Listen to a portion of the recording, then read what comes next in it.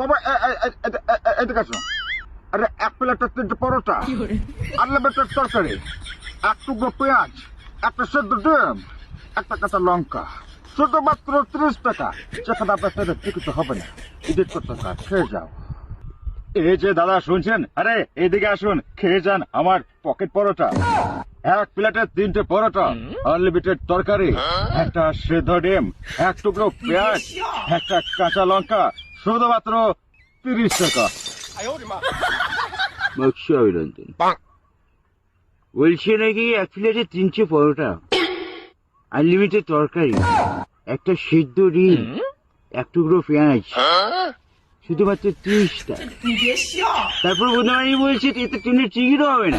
তুমি ছাগল ছাড়া, এখানে তোমার গান হয়ে গেছে, এখানে তোমার গান হয়ে গেছে। সারাক্ষণ বোকাচ্ছে তুমি কি করছো ইউটিউবে এসে, তোমার শিক্ষার অভাব আছে। এগুলো আমি বলিনি, এই রোদ্দুর হয়ে বলছি, বুঝতে পারলে রাইসদা।